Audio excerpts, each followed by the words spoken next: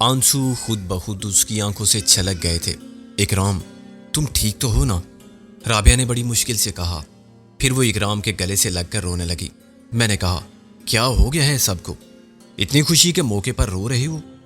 اکرام نے کہا، یہ آنسو بھی کب سے رکے ہوئے تھے، آج کے دن کے انتظار میں۔ اس خوشی کے لیے میں کب سے تمہاری راہ دیکھ رہا تھا۔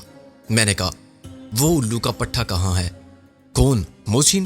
اکرام بولا، میں تو خود تم سے پوچھنے والا تھا۔ وہ گل کے ساتھ روانہ ہوا تھا، مجھے کاجل نے بتایا۔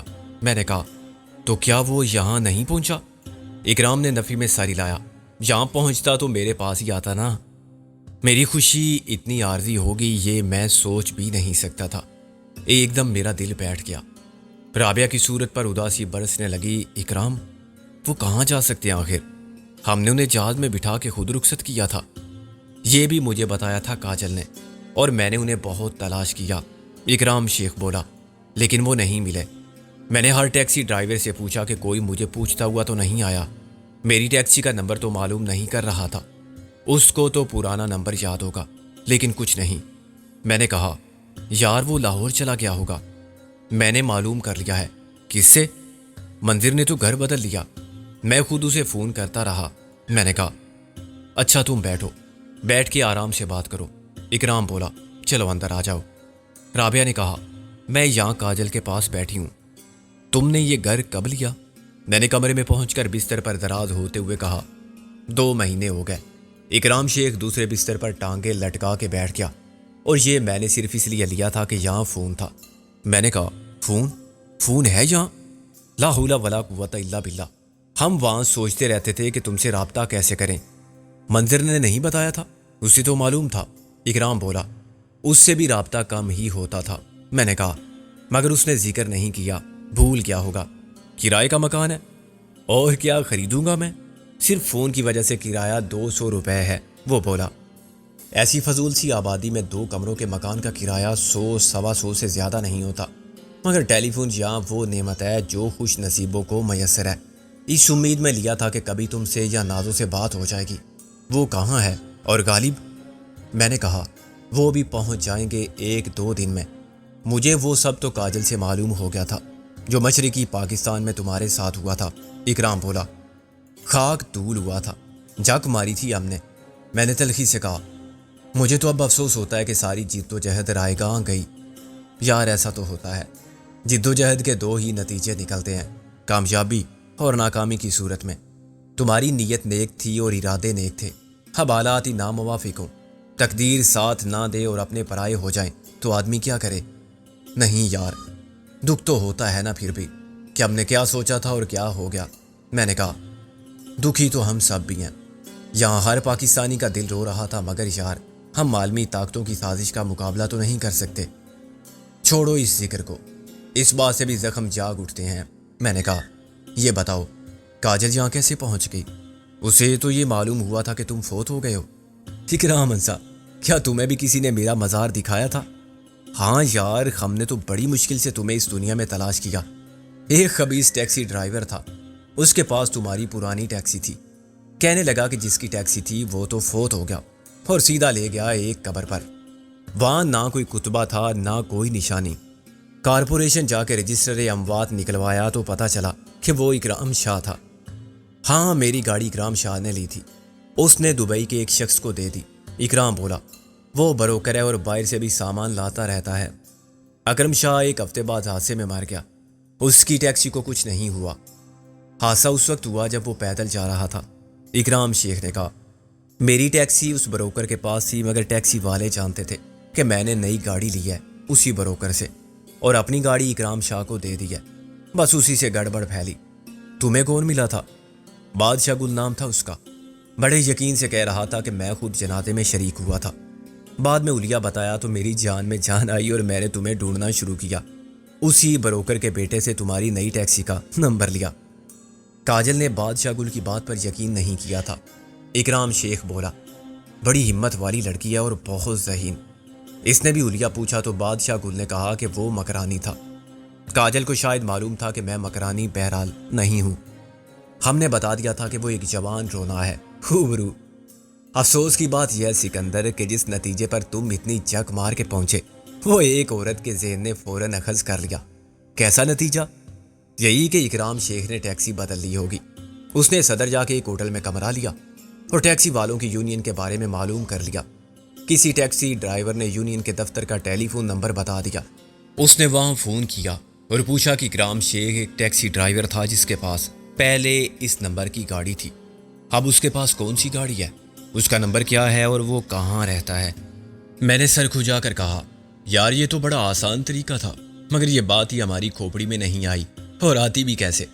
تمہارے انتقال پر ملال کی خبر اور تمہاری قبر دیکھ کے عقل کا تو فیوز اڑ گیا تھا، دماغ بالکل مفلوج ہو رہا تھا۔ اکرام نے کہا، کاجل کو میری نئی ٹیکسی کا نمبر معلوم ہو گیا اور بس اس کے بعد وہ 2 گھنٹے میں یہاں آ گئی۔ جام سارا دن گنوا کے پہنچے۔ میں نے کہا، مگر یار تم بھی کم عقل مند نہیں ہو، کاجل کے آنے کے بعد کیا تم سب ٹیکسی والوں سے نہیں کہہ سکتے تھے کہ اب کوئی مجھے پوچھتا ہوا آئے تو میرے گھر لے آنا؟ سارے شہر کے ٹیکسی والوں سے کیسے کہتا 2 دن میں؟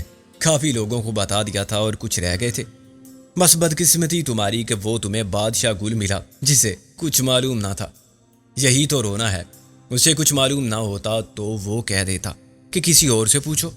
اسے جو معلوم تھا وہ غلط تھا، مزید یہ کہ اپنی غلط معلومات پر اسے صحیح ہونے کا یقین تھا۔ سالے نے مروا دیا ہمیں، لے جا کے قبر دکھا دی، ہارٹ فیل ہو جاتا میرا یا رابعہ کا پھر۔ یار اتنے کمزور دل تو نہیں ہونے چاہیے تمہارے۔ تم سے تو کاجل اچھی رہی جو نہ گھبرائی نہ پریشان ہوئی، حالانکہ اس شہر میں وہ اجنبی تھی۔ 2 گھنٹے میں آ گئی یہاں۔ ہوٹل میں کمرہ تو اس لیے لیا تھا کہ خدا نخواستہ میں نہ ملوں تو اس کے پاس ایک ٹھکانہ تو ہو۔ میں تو 2 دن میں اس لڑکی سے بے حد امپریس ہوا ہوں۔ اس کی کہانی سن کے تو میں دنگ رہ گیا۔ اتنی جرات مند اور نڈر لڑکی، اور جن حالات میں وہ اپنا گھر بار، خاندان اور وطن سب کچھ قربان کر کے یہاں آ گئی، جتنی لگن کے ساتھ وہ کلیم اللہ کی ذمہ داری کو پورا کر رہی ہے اور جتنا اعتماد اس نے مجھ پر کیا، میں اسے حیرانی سے دیکھتا رہا۔ بھائی صاحب آپ کچھ ضرورت سے زیادہ جذباتی ہو رہے ہیں۔ کیوں؟ کون سی بات غلط کی ہے میں نے؟ اچھا اس کی سیرت کے ساتھ صورت کا بھی کچھ آپ کے دل پر خوشگوار اثر ہوا؟ میں نے پوچھا۔ اب اگر میں نے کہا کہ لاجواب ہے تو تم میرے پیچھے ٹین باندھو گے، اس لیے میں جھوٹ بول کے جان بچانا بہتر سمجھتا ہوں۔ وہ اتنی بدصورت ہے کہ مجھے بالکل اچھی نہیں لگی۔ اسی وقت کاجل اندر آئی اور اس نے چائے کا ایک مگ مجھے تھما دیا، دوسرا اکرام کو، بیچ میں بسکٹ رکھے اور واپس جانے لگی۔ میں نے کہا، کیا بات ہے، ہم سے پردہ ہے کیا؟ وہ ہنسنے لگی۔ یہ خیال آپ کو کیوں آیا؟ تم نے اپنا زنانہ سیکشن الگ جو کر لیا ہے۔ آپ یہاں اکرام کو وہی بتا رہے ہوں کہ جو رابعہ مجھے بتا رہی ہے۔ 2 کی عقل ہو تو آپس میں باتیں ہوتی ہیں، 4 ہو تو جلسہ ہوتا ہے، کاجل بولی۔ 5 ہو تو دفعہ 144 کی خلاف ورزی ہو جاتی ہے، رابعہ نے برآمدے سے جھانک کر کہا۔ کاجل نکل گئی تو اکرام نے کہا، غالب اور نازو کیوں پیچھے رہ گئے ہیں؟ میں نے کہا، ہم بھی تو پیچھے رہ گئے تھے، کیا بہن کی زیادہ فکر ہے؟ اکرام بولا، ہاں یار سچ تو یہی ہے کہ سب سے زیادہ مجھ پر نازو کی جدائی شاک گزری۔ میں یہ کہوں کہ تم سب برابر ہو میرے لیے تو یہ غلط ہوگا۔ نازو تو روز اول سے میرے ساتھ ہے، بے شک میں اس سے بہت زیادہ بڑا نہیں ہوں، مجھ میں اور اس میں صرف 5 سال کا فرق ہے، مگر چھوٹی بہن تو چھوٹی ہوتی ہے نا، خواہ وہ 1 سال چھوٹی ہو۔ میں نے ہاں بھر کے کہا، بالکل سچ کہتے ہو تم، لیکن افسوس کہ میں نہ کسی کا بڑا بھائی ہوں نہ چھوٹا۔ میں ان جذبات کی نعمت سے ہمیشہ محروم رہا جو بڑے یا چھوٹے بھائی کی حیثیت سے محبت کا الگ روپ رکھتے ہیں۔ تمہارے بہن بھائی تو تھے مگر مجھے تو کسی کی صورت یاد نہیں، بس اتنا معلوم ہے کہ وہ سب پاکستان پر قربان ہو گئے تھے۔ میں نے کہا، تمہیں نازو بہت یاد آتی تھی؟ بہت، اسے تو یاد کر کے کئی بار میں اتنا اداس ہوا کہ رو دیا اکیلے میں۔ اکرام بولا، عجیب جذباتی ڈپریشن ہو جاتا تھا، اور یہ محبت ہی ہوتی ہے جو آدمی کو خوف زدہ کرتی ہے، برے خیالات سے ڈراتی ہے۔ کبھی کبھار دورہ سا پڑتا تھا اور میں جتنا اس کی یاد سے دامن چھڑانے کی کوشش کرتا تھا اتنا ہی اس کا خیال میرے اعصاب پر سوار ہو جاتا تھا، پھر میں باہر نکل جاتا تھا۔ محبت کرنے والے آدمی کے لیے تنہائی اس کی دشمن ہو جاتی ہے۔ یہ نہیں کہ تم لوگ مجھے بالکل یاد نہیں آتے تھے، ایک زمانہ ہوا ہم سب آپس میں اتنے قریب ہیں جتنے ایک خاندان کے لوگ۔ میں نے کہا، تمہیں استاد ٹیڈی کی موت کا پتہ چلا تھا اور شیلا کی موت کا؟ وہ کس شان سے شہید ہوئے؟ ہاں یار، اور اس روز میں جان بوجھ کے اکیلا رہا. میں گھر سے نکلا ہی نہیں. اکرام شیخ بولا. ورنہ غم کا علاج میرے نزدیک محفل تھی. میں انہیں دوست تو نہیں کہہ سکتا, لیکن گپ شپ کرنے والے کچھ لوگ ہیں جن کے ساتھ میرا اٹھنا بیٹھنا تھا. سب ٹیکسی ڈرائیور تھے, پڑھے لکھے عالم فاضل لوگ نہیں تھے. میرے ہم ذوق بھی نہیں تھے, مگر مخلص اور اچھے لوگ تھے. تمہاری عدم موجودگی میں وہی میرا سہارا تھے. ان کا خیال ہے کہ میرا دنیا میں کوئی نہیں. درمیان میں عید بقر عید آئی تو وہ مجھے اپنے گھر لے گئے. دو نے مجھے اپنے بیوی بچوں سے بھی ملوایا. ایک گھر میں تو مجھے باقاعدہ فیملی ممبر کی حیثیت حاصل ہے. لیکن اس دن میں اپنے کمرے میں لیٹا رہا اور کئی بار رویا. بہت سی یادیں مجھے یاد آئیں. وہ کیا تھا, کیا ہو گیا. اللہ پاک اس کی مغفرت کرے. عجب آزاد مرد تھا. اگر کہیں اس کا مزار بنتا تو میں اس پہ یہ ضرور لکھواتا. میں نے کہا جب تک وہ ہم سے نہیں ملا تھا بدماشوں کا ساتھی تھا اور خود کو بدماش کہلوا کے فخر محسوس کرتا تھا. حالانکہ اندر سے وہ ایک شریف اور معصوم آدمی تھا جو کبھی بدماش بن ہی نہیں سکتا تھا. جیسے ہیرا اگر کوئلوں میں گر کے کالا ہو جائے تو کوئلہ نہیں بن جاتا. ہماری محبت نے اس کے اصل رنگ و روپ کو نکھار دیا اور وہ ویسا ہی آدمی بن گیا جیسا وہ بننا چاہتا تھا. مگر دنیا نے نہ جینے دیا, اور دیکھو کیا قسمت پائی اس نے. ہم سب میں سے ایک وہی شہادت کے منصب اعلیٰ پر فائز ہوا. یہ رتبہ بلند ملا جس کو مل گیا. استاد ٹیڈی کی موت نے مجھے زبردست جھٹکا دیا تھا. اس دن مجھ پر سخت مایوسی کا دورہ پڑا تھا. اکرام شیخ بولا. میں نے باری باری سب کے متعلق سوچا کہ ایک ایک کر کے تم سب میرا ساتھ چھوڑ جاؤ گے. یہ خیال کیے بغیر کہ یہاں میں تمہاری واپسی کے انتظار میں ایک ایک دن کا عذاب اکیلا جھیل رہا ہوں. مجھے سخت پشیمانی تھی اور دکھ تھا کہ میں تمہاری بات مان کے پیچھے کیوں رہ گیا. مجھے تمہارے ساتھ ہی رہنا چاہیے تھا, مگر تم سب نے مل کر مجھے مجبور کر دیا کہ یہاں بھی کسی کو ہونا چاہیے جو رابطے کا کام کرے اور یہاں کی ذمہ داری سنبھالے. بعد میں کیا ہوا, نہ کسی رابطے کی ضرورت پڑی اور نہ مجھے کوئی ذمہ داری سونپی گئی. میں نے کہا بس ضرورت نہیں پیش آئی, ضرورت پڑ بھی سکتی تھی. نہیں یار, میرے ساتھ زیادتی ہوئی. اکرام شیخ بولا. تم سب ایک ساتھ ہی تھے اور سارا ثواب بھی تمہارے ہی حصے میں آیا. میں ایک مرد ہو کے پیچھے رہا, کچھ نہیں کیا میں نے. اکرام انگریزی کا ایک شاعر ہے, وہ اندھا تھا. اس نے کہا تھا کہ جو انتظار کرتے ہیں وہ بھی بہت کچھ کرتے ہیں. کچھ ایسی بات تھی. دلائل مجھے مطمئن نہیں کر سکتے, میرے احساس ضیاں کو مٹا نہیں سکتے. تم میدان جنگ میں لڑتے رہے, نازو بھی محاذ پر رہی اور اس کا بھائی جو بڑا بہادر فرض شناس پولیس افسر تھا یہاں ٹیکسی چلاتا رہا. لعنت ہے مجھ پر. ایسا مت سوچو یار, ہمیں بھی احساس تھا کہ تم اکیلے ہو اور انتظار کا عذاب اکیلے کاٹ رہے ہو. میں نے کہا محسن ہمارے ساتھ رہتے ہوئے اکیلا ہو گیا تھا, کیا تم نے اس سے زیادہ دکھ کا بھار اٹھایا تھا؟ وہ تو پاگل ہو گیا تھا, اس کی جگہ کوئی بھی ہوتا پاگل ہو جاتا. شیلا کی شہادت سب سے بڑا سانحہ تھی, مگر مرنے والے تو بے خبر رہتے ہیں کہ زندہ رہ جانے والوں پر کیا گزری. بڑی بہادر لڑکی تھی وہ بھی. اس نے اپنے ساتھ اپنی مامتا کو بھی قربان کر دیا اور ہار نہیں مانی. کتنی محبت تھی محسن سے اسے, اور کتنی بڑی قربانی دی اس نے محسن کے لیے. خود محسن کے ساتھ کتنا ظلم ہوا کہ شادی کر کے وہ خانہ آبادی کی ساری خوشیوں سے محروم رہا. اس نے اپنے بیٹے کو بھی قربان کر دیا اور اس بیوی کو بھی جسے وہ دیوانگی کی حد تک چاہتا تھا. بہت عرصہ وہ ہم سے بھی چھپاتا رہا کہ اسے سب معلوم ہے.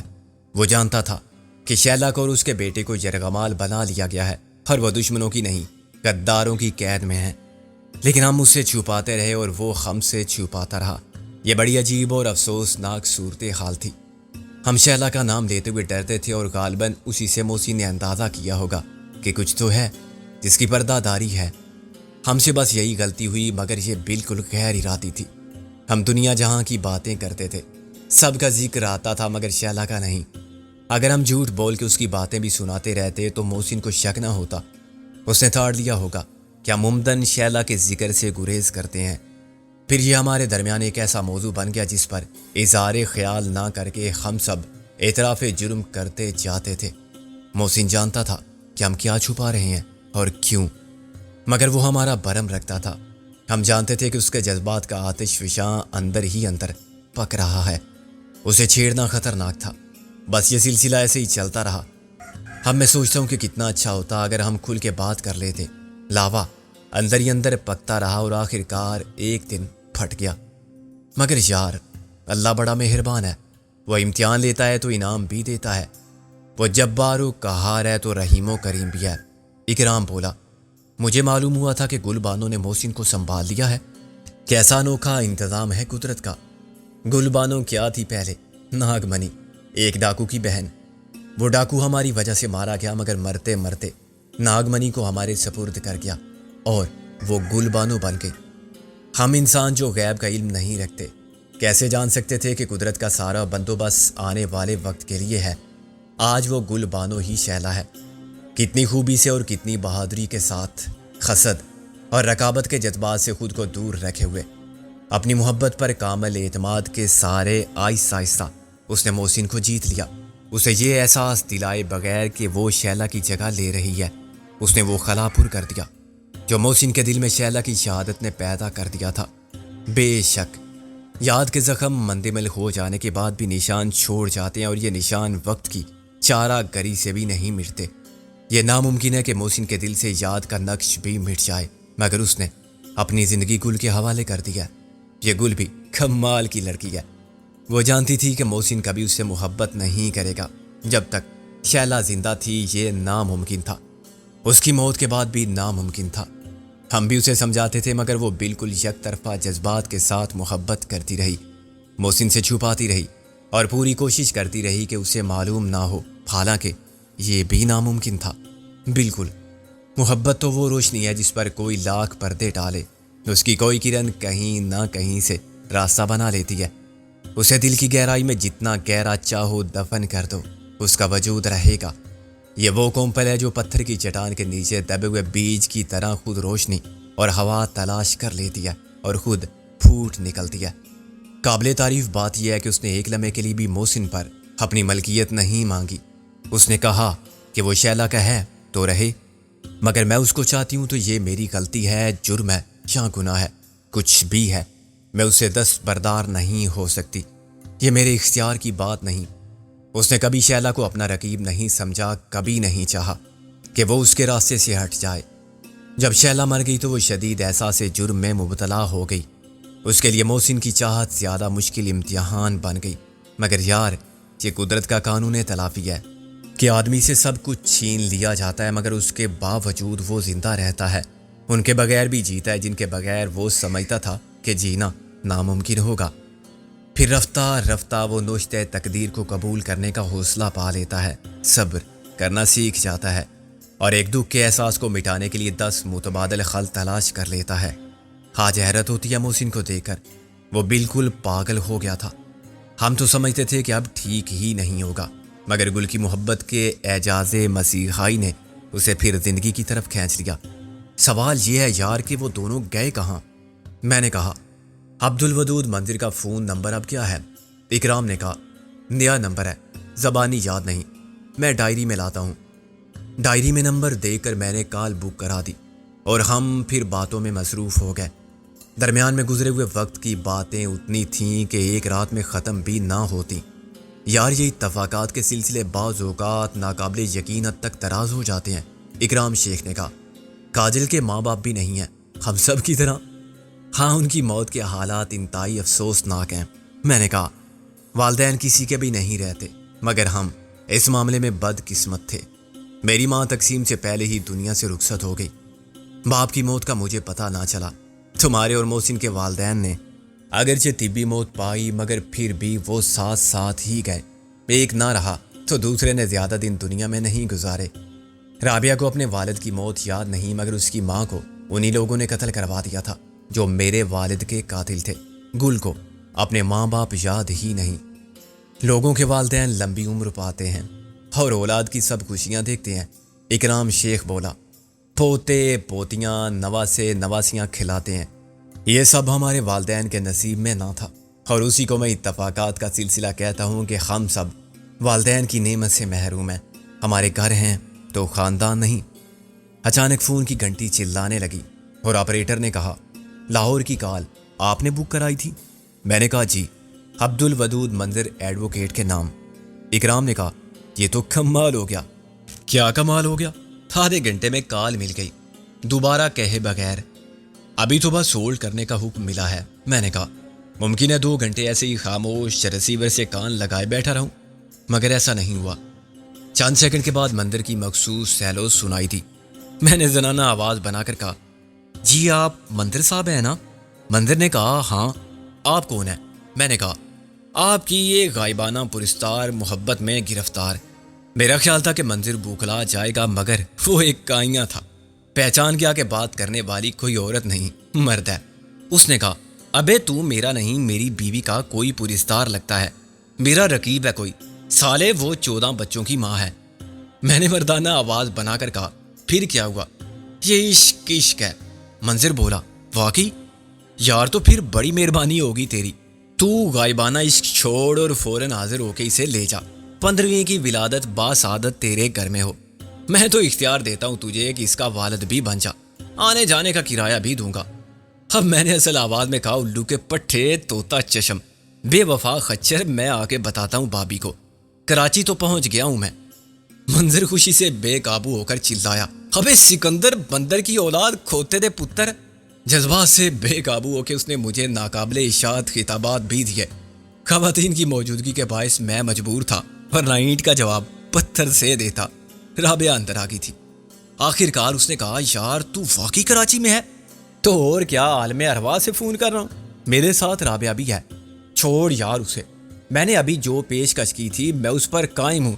وہ کہہ مار کے بولا، جیسے چٹ منگنی پٹ بیاہ ہوتا ہے نا، ایسے ہی آج شادی کل بچہ، بہت فائدے میں رہے گا تو۔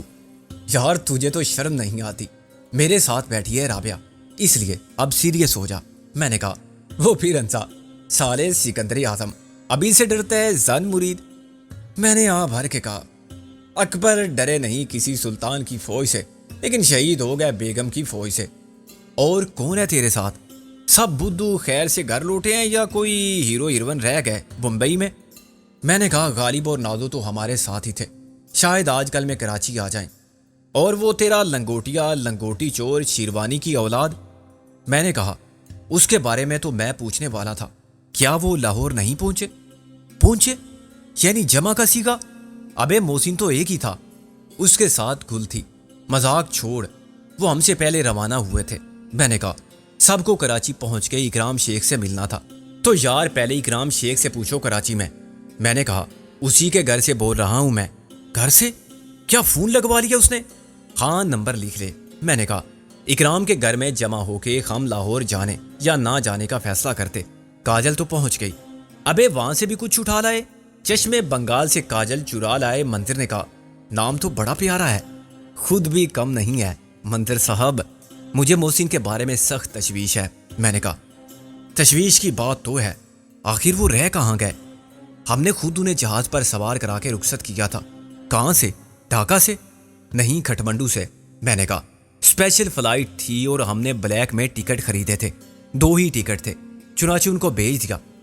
ان دونوں میں کوئی جہاز لاپتہ بھی نہیں ہوا، کسی کریش کی خبر بھی نہیں آئی۔ منظر بولا، اس سے تو یہ ثابت ہو گیا کہ وہ خیریت سے اترے بھی ہوں گے، لیکن اترنے کے بعد گئے کہاں؟ اس سوال کے جوابات بہت ہیں۔ ممکن ہے وہ نکاح رجسٹرار کے دفتر چلے گئے ہوں سیدھے، تم دونوں بھی وہیں چلے جاؤ تو وہ مل جائیں گے۔ یار مجھے فکر ہے وہ کسی مشکل میں نہ پڑ گئے ہوں۔ تو یہ کون سی انوکھی بات ہوگی؟ اگر تم لوگ آسانی سے شرافت کی زندگی بسر کرنے لگو تو یہ خانہ بدوشی آوارہ گردی ترک کر کے گھر بسا لو، اور اپنی عاشقی کو قید شریعت میں لا کے میرے نقش قدم پر چلتے ہوئے ملک کی پیداوار بڑھانے لگاؤ تو پھر واقعی فکر کی بات ہوگی۔ بابا، تم لوگوں کا مشکل میں نہ پڑنا اتنا ہی مشکل ہے جتنا کتے کی دم کا سیدھا ہونا۔ وہ اب خفا ہونے لگا تھا۔